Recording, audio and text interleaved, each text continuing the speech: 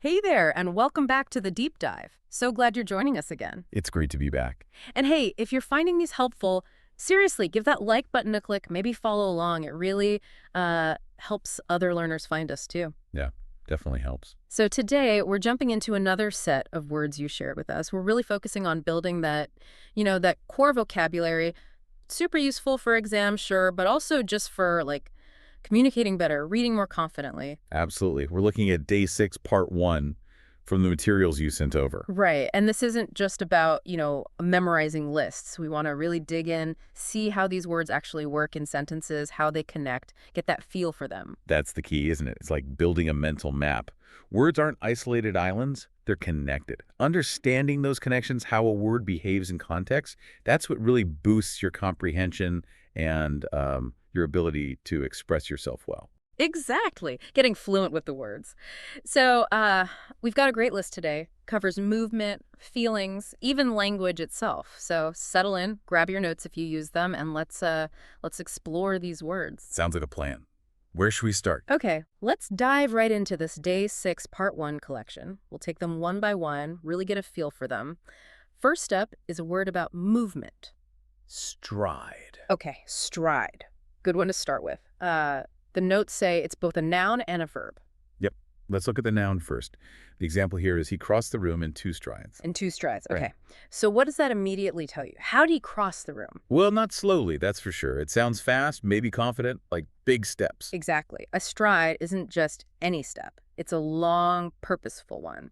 2 strides suggests speed, maybe even power or determination. It paints a picture, doesn't it? Totally. I picture someone covering a lot of ground quickly, efficient movement. So the noun stride here really captures that idea of a long step or the distance covered by one. Right. And it can also mean progress, like making great strides in a project. That same sense of significant forward movement. Now, how about the verb? The verb means, well, to walk like that with long steps. The example sentence is, we strode across the snowy fields. Strode across snowy fields. Okay, think about that compared to just walked. What difference does strode make? Walking in snow can be tough, right? Slow going. But strode makes it sound like they weren't struggling. Maybe they were determined, pushing through it easily, or just moving with that same, energy and purpose. Mm-hmm. It implies a certain command over the action, maybe a confidence despite the conditions. It's definitely more dynamic than just walked. It emphasizes the way they were walking. Yeah, it adds that feeling of purpose and those long steps. You wouldn't say, a toddler strode across the room. Exactly. It needs that sense of controlled, long movement.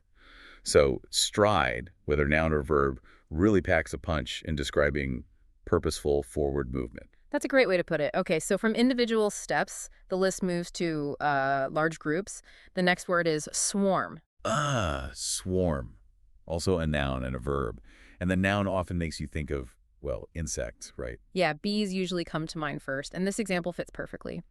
Gnats came in swarms to torment them. In swarms. What does that phrase convey about the gnats? A lot of them, not just a few buzzing around like a dense cloud, annoying, overwhelming even, especially with to torment them. Exactly.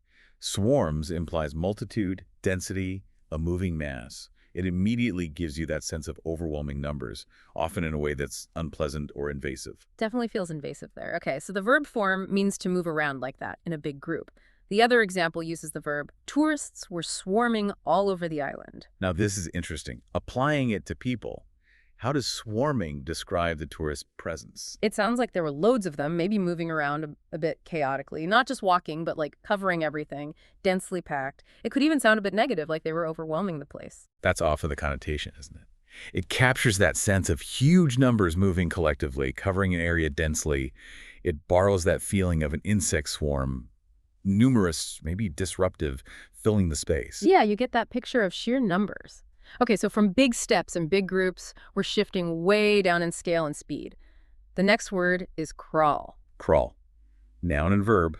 Again, the verb, the most basic meaning, is moving on hands and knees, right? Exactly. Like at the first example, our baby is just starting to crawl. That's the classic image. Low to the ground, that specific baby movement before walking. Right. Or how someone might move under something low. Very clear physical action. But then the noun form, it can mean the act of crawling Or, and this is cool, it can mean really, really slow movement. Like in the second example, the traffic slowed to a crawl. Ah, yes, that's a fantastic metaphorical use. The cars aren't literally crawling, obviously. So what does calling the traffic a crawl tell you? It tells you it's incredibly slow, painfully slow, barely moving, stop-start. It uses the image of crawling slow, maybe laborious to describe the traffic's speed. You instantly get that feeling of frustration. You really do. It captures that agonizingly slow pace perfectly, that feeling of being stuck. So crawl goes from a specific physical action to representing this state of extremely slow, almost stagnant movement. It's a really effective metaphor. And speaking of slow, hindered movement, that leads us to drag. Drag. Yep, another noun-verb combo. The verb basically means to pull something, usually along the ground, and often with some effort. Okay, the first example for the verb is a digital one. Use the mouse to drag the icon to a new position. Right, common computer instruction. Are you physically dragging it on the ground? No, of course not. But the action feels analogous. You're clicking and holding, pulling it across the screen surface. There's that sense of pulling something to where you want it to go. Precisely. The core idea of pulling something across a surface persists. Now, the noun form, it can mean something that's a burden or annoying, boring. Check out this example. Wasted time is a drag on Americans' economic and private lives. Wasted time is a drag. Okay, so time isn't something you pull. How does drag work as a noun here? Think about the verb. If you drag something heavy, it slows you down, right? It's a burden. Yeah, it holds you back. Exactly. So calling wasted time a drag uses that image. Yeah. It means wasted time is a burden, something that hinders or slows down progress in economic and private life. It pulls things down, makes things harder. Ah, I see. So it's like wasted time is this heavy weight you're pulling behind you. That makes sense. It connects the physical effort of dragging to the negative impact of wasted time. It's a strong metaphorical link. Yeah. The noun captures that sense of burden, hindrance, something slowing you down, derived directly from the verb's action. That's really clear. And that idea of being slowed down or falling behind connects right into the next word, lag. Lag. Primarily a verb, this one. It means, well, to move too slowly, fall behind, not keep up. The first example is very literal. The little boy lagged behind his parents. Straightforward enough. What's happening there? He's slower than them. Simple as that. He's not keeping pace, so a gap opens up. He's physically falling behind. Right. Failing to match the speed, resulting in being left behind. Now, the second example uses lag more abstractly. We still lag far behind many of our competitors in using modern technology. Okay, so how does lag work here? It's not about walking. It's applying the same core idea falling behind, but to progress in a certain area. The movement here is advancement, specifically in adopting technology. To lag far behind means their progress is much slower than their competitors. They're not keeping up in the race of technological development. Gotcha. So it's still about not keeping pace, but the pace is about development or progress, not physical speed. The underlying meaning of falling behind is the same. Exactly. It's a common and useful extension of the word's basic meaning. Okay, so from movement and speed, or lack thereof, we're kind of shifting gears now to marking and identifying things. The next word is tag. Tag. Noun and verb. The noun, in its basic sense, is like a label, right? Something attached. Yeah, like the first example. He put name tags on all his shirts. Simple enough. What's the point of those name tags? To show whose shirts they are. Identification. It's a physical thing you attach to provide information. Exactly. A concrete marker. Now, the verb to tag means to attach one of these things. The second example, the containers were tagged with color-coded labels. So the action here is putting the tags, or in this case labels, on the containers. Tagged with color-coded labels tells us how they were marked using specific labels for sorting or something. Precisely. The verb describes the act of applying that identifier. It's passive here, the containers were tagged. It shows the verb's function, marking something for a purpose. Makes sense. And you mentioned labels there, which happens to be the very next word on our list. They seem pretty similar. They are similar, but label has some broader uses, especially as a noun. Yes, it can be that piece of material with information, just like a tag, but it can also be a descriptive term for someone or something, or, importantly, a company name, especially in fashion or retail. Oh, okay. Let's see the noun examples. First one. She plans to launch her own designer clothes label. How is label used here? Is it just the tag sewn into the clothes? No, definitely not. It means her brand, her company name. Launching a label is launching the whole fashion brand. Exactly. It expands from the physical tag to the entire brand identity. The second noun example reinforces this. Advances in technology have allowed mass-market labels such as Zara, H&M, and Uniqlo to react to trends more quickly. Right. Again, labels here refers to the brands, the companies Zara, H&M. Mass market labels is a category for these big retail companies. Precisely. So while tag usually stays close to the physical marker idea, label can be that, or a descriptive term, or the brand company itself. The source doesn't give a verb example for label, but it means the same as to tag, to attach a label. You'd label a file folder, for instance. Okay, so label kind of bridges the physical tag and the abstract brand identity, which leads us nicely to the next word, brand. Brand. Listed as a noun here, although technically you can use it as a verb, like branding cattle. But that's not the focus in these examples. Right. The first noun example is the common business meaning. We compared our product with the leading brands. What's a brand in this context? It's the name, the identity, the reputation a company builds around its product to make it stand out, like Nike or Sony. Leading brands are the top ones in the market. Exactly. The recognized identity. Now, the second example. Summer homes, European travel, BMWs, the locations, place names, and name brands may change, but such items do not seem less in demand today than a decade or 2 years ago. Okay, name brands is used alongside other desirable things. What does name brands emphasize here? It emphasizes that these are brands that are well-known, recognized. Not just generic stuff, but products where the specific brand name matters, often suggesting status, quality, or desirability.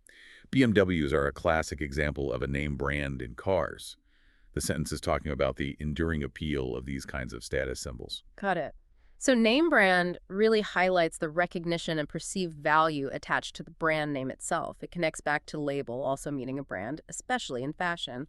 There's definitely overlap. Tag label brand shows a progression from physical marker to broader identity and reputation. That's a useful way to think about it. Okay, completely shifting gears now, moving away from objects and identification to feelings, specifically physical sensations. The next word is faint. Faint can be an adjective or a verb. The adjective has a few meanings: weak, light, sound, smell.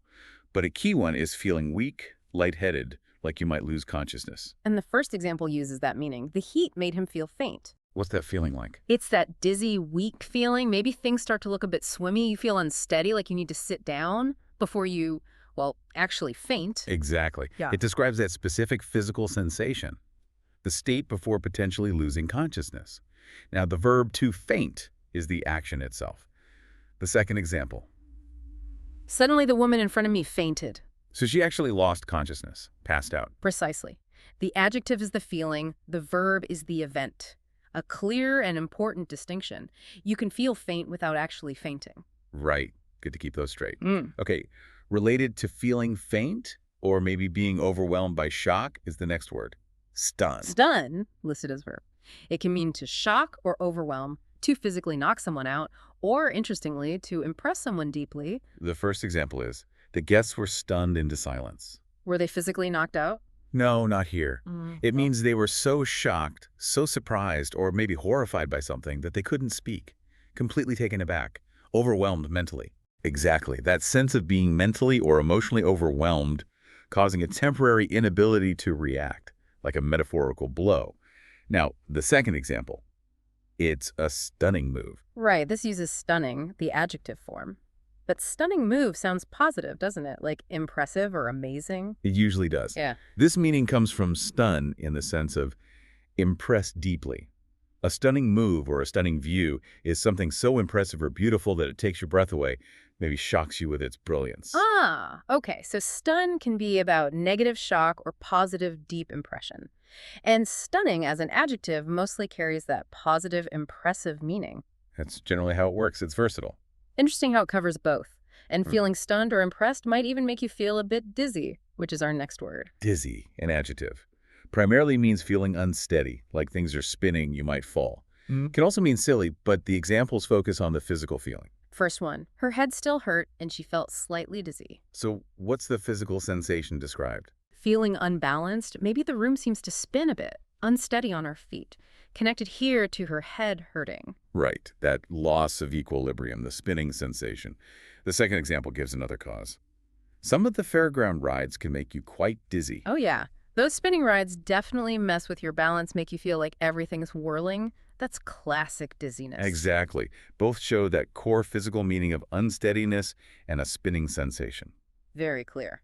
Okay, from feeling physically dizzy, maybe from spinning, let's move to something that can overwhelm your senses visually, either with brightness or impressiveness. Dazzle. Dazzle, noun and verb. The verb can mean to literally blind you for a moment with bright light, or to impress you greatly with skill or beauty. The first example is the literal light one. He was momentarily dazzled by the strong sunlight. What happens when you're dazzled by sunlight? You can't see properly for a second. The light is too bright, overwhelms your eyes, you squint, maybe see spots. Exactly. Temporary visual impairment from brightness. Now, the noun form can be the bright light itself, or, metaphorically, an impressive quality. The second example uses the noun like that.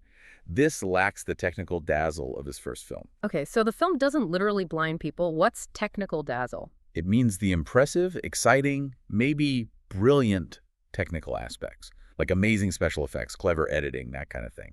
It's the stuff that dazzles you in the sense of impressing you greatly with its skill or brilliance. The noun captures that impressive quality itself. So the idea of being overwhelmed visually by light translates to being overwhelmed or deeply impressed by skill or beauty. That's clever. It is. The core idea of overwhelming brilliance carries across. Speaking of things that impress or attract, that brings us to words about appeal and style. Next up is charm. Charm, noun or verb. The noun is that power to please or attract people, a delightful quality. Like in the first noun example, the hotel is full of charm and character. What does charm suggest about the hotel? It suggests it's appealing, pleasant, maybe in a quaint or unique way. It's not just functional. It has something attractive about its atmosphere or style that makes you like it. Exactly. That appealing, delightful quality. Now, the verb to charm means to attract or delight someone strongly. Second example. Her words had lost their power to charm. So her words used to be able to attract, persuade, or delight people, but not anymore. That effect is gone. Precisely. The ability to exert that pleasing influence has faded. The source also gives us the adjective derivative, charming. Right, charming. Example. The cottage is tiny, but it's charming. How does charming relate to charm? It means the cottage has charm. Even though it's tiny, which could be a negative, it has this delightful, attractive quality that makes it appealing anyway. It describes something possessing charm. Perfect. Charming means having the quality of charm. Okay. And another word related to attractiveness and style is elegant. Elegant, just an adjective here. It means graceful and stylish, refined in appearance or manner. First example. She was tall and elegant. What does elegant usually describe about a person? Their look, their posture, how they carry themselves, their clothes perhaps. It's just sophistication, grace, a kind of polished style, not showy necessarily, but refined. Yes, that refined, stylish grace. The source also gives the noun derivative, elegance. Elegance, the quality of being elegant. The example is, elegance, he believed, did not derive from abundance. What point is this sentence making about elegance? It's saying that true elegance isn't just about having lots of money or expensive things, abundance. It's something deeper about style, refinement, maybe simplicity or poise. It's an inherent quality, not just bought. Exactly. It contrasts the adjective describing a person, thing, elegant, with the noun for the abstract quality itself, elegance. That's a good distinction. And speaking of elegance, especially in movement, leads us to grace. Grace. Listed as a noun with several related meanings. Smoothness and elegance of movement is a key one. Also, courteous goodwill, propriety, or divine favor. Let's look at the movement one first. Example, she moves with the natural grace of a ballerina. What image does that create? Fluid, beautiful, seemingly effortless movement. Ballerinas are the epitome of graceful movement, so it means she moves with that kind of fluidity and elegance. Exactly. Physical poise and beauty in motion. Now, the second example uses a different sense. It is wise to take such gifts with gratitude and grace. How is grace used here? It's not about moving. Here it's about how you behave. To accept something with grace means doing it politely, smoothly, without making a fuss, showing appreciation appropriately. It's about social elegance, good manners, dignity in the situation. Ah, okay. So it's like social smoothness and propriety rather than physical smoothness. You can see the link, though doing something gracefully, whether physically or socially. Right. The source also gives the adjective derivative graceful. Graceful example. The dancers were all tall and graceful. So how does graceful relate to grace? If someone moves with grace, they are graceful. It describes someone who embodies that quality, especially the smooth, elegant movement aspect. Perfect. Grace is the quality manner. Graceful describes someone having it. And naturally, if we talk about grace, we have to talk about its opposite. Disgrace. Disgrace. Noun or verb. The noun means loss of respect or reputation, shame, or someone causing shame. First, noun example. There is no disgrace in being poor. What does disgrace mean there? Shame, dishonor.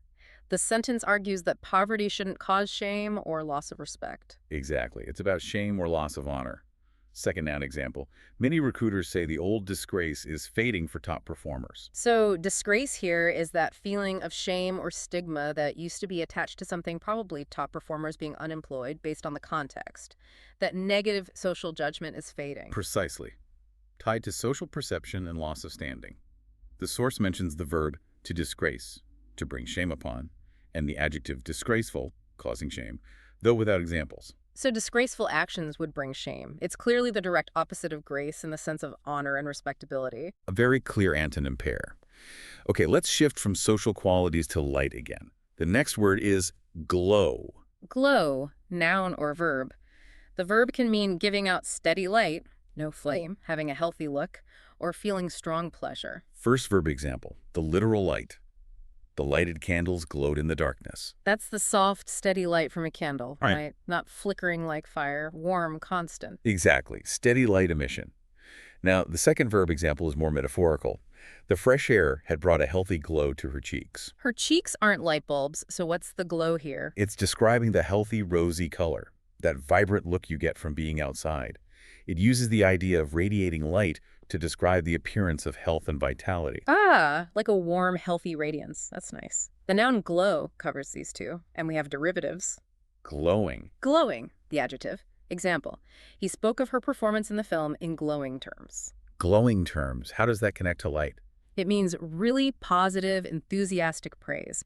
Like the praise is warm and bright, full of approval, radiating positivity. Gotcha. And then the adverb, glowingly. Yes. Example. Up until a few decades ago, our visions of the future were largely glowingly positive. Glowingly positive, so like intense, enthusiastically positive, super optimistic. Exactly. Modifies positive to add that intensity, that radiant optimism. You see how glow carries through physical light, healthy appearance, positive praise, intense optimism. That's a neat thread. Okay, from giving off light to making things shiny, polish. Polish. Noun or verb. Verb means rubbing to make shiny or improving or refining something. Let's look at the refining meaning first. Second example. The final polished work that he gave to the world was the result of years of practicing, repracticing, rewriting, and reading. So how is the work polished? It means it's been perfected, refined. Like polishing metal removes flaws and makes it shine. Polished work has had its flaws removed through all that effort, rewriting, practicing until it's excellent, smooth, ready. It's metaphorical perfection. Exactly. Applying the physical act of smoothing and shining to the abstract process of perfecting creative work or skills. Now, the noun form can be the substance used, the act, or this refinement. The first noun example is simple. I give it a polish now and again. That's just the act of rubbing something to make it shiny, like shoes or furniture, regular maintenance. Right, so polish covers both the physical shine and the metaphorical refinement. Okay. From a smooth shine to sparkly shine. Glitter. Glitter, noun and verb again. Verb means to shine brightly with reflected light or to be dazzlingly attractive. First verb example, the ceiling of the cathedral glittered with gold. What kind of shining is that? It's light bouncing off the gold, right? Making it sparkle. Lots of little flashes of light. Dazzling. Exactly. Reflected, sparkling light. Second example, the water glittered in the sunlight. Same idea. Sunlight hitting the water, making it sparkle all over. That shimmering effect. Precisely. Both show reflected, sparkling light. How would you say glitter differs from glow? Glow seems more steady, maybe softer, coming from the thing or its surface. Glitter feels more like points of light flashing, reflecting off the surface, more dynamic sparkle. That's a good way to capture the difference. Glitter is about that reflected sparkle. The noun glitter can be the sparkle itself, the sparkly stuff used in crafts or that dazzling attractiveness. Makes sense. And sometimes after the party with glitter, there's litter, our next word. Indeed. Litter, noun and verb. The noun means trash in public places or things scattered untidily or a brood of young animals. The first noun example is the public trash one. There will be fines for people who drop litter. What kind of litter is that? Rubbish. Wrappers, cans, cigarette ends, stuff people leave behind carelessly in streets or parks. Waste. Exactly. Discarded waste. Now, the verb to litter means to make a place messy by scattering things. Second example. Piles of books and newspapers were littered on the floor. So the floor was messy because books and papers were scattered all over it, not put away neatly. The verb describes the action or the resulting messy state.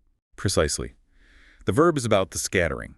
The noun can be the trash itself or the collection of scattered items. You litter, verb, and create litter, noun. Got it. Both the mess and making the mess. Okay, final stretch here. We're shifting to words related by a root meaning letters or writing. First is literary. Literary, an adjective about the writing, study, or content of literature. First example, she was one of the great literary figures of her age. What's a literary figure? An important person in the world of literature, a writer, critic, scholar, someone influential in that field. Literary connects them specifically to literature. Right, prominent in relation to literature. Second example. Literary agencies are getting bigger to have the clout to negotiate better terms with publishers. So these agencies deal with authors and their books' literature. Literary specifies their field of business. Exactly. They work within the sphere of literature. The source also mentions the noun literature, the body of written works. So literary means relating to literature. Clear connection. Now, related root, but different meaning. Literal. Literal, also an adjective, means the most basic, non-metaphorical meaning of words, or exactly corresponding to an original text. First example. I am not referring to small people in the literal sense of the word. What's the speaker doing by saying in the literal sense? They're clarifying they don't mean small in the basic physical way, height. They're using it figuratively. Literal sense points to that basic dictionary definition meaning to contrast it with how they are using it. Exactly. Isolating the primary non-figurative meaning. Now, the derivative adverb, literally. Literally. Example. With much practice, people can learn to literally do it in their sleep. Now, do it in their sleep is often just an idiom for do it easily. What does adding literally do here? It emphasizes that they can actually do it while asleep. It's not just an idiom in this case, it's factually true. Literally forces us back to the actual meaning, stressing it's not figurative. Precisely. It means actually, truly, in a literal way. It counters the potential idiomatic reading. So literal is about the exact meaning of the letter swords, while literary is about the art created with them. Different paths from the same root. Fascinating. And that same root leads to our final word, literacy. Literacy, a noun, primarily the ability to read and write, can also mean competence in a specific area, like computer literacy. First example focuses on the main meaning. Most of the students here need help with literacy and numeracy. What skills are literacy and numeracy? Reading and writing, literacy, and basic math, numeracy. Foundational academic skills. Right. The fundamental ability to read and write. Second example. All citizens who meet minimal qualifications of age and literacy are equally competent to serve on juries. Again, literacy means being able to read and write, seen here as a basic requirement for civic duty. Exactly. Underscores its fundamental importance.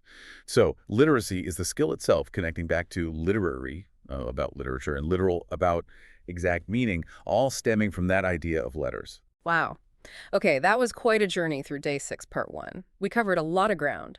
From movement like stride and crawl, to groups with swarm, feelings like faint and dizzy, light with glow and glitter. To marking things with tag and label, the idea of brand, qualities like charm, elegance, grace, and their opposites.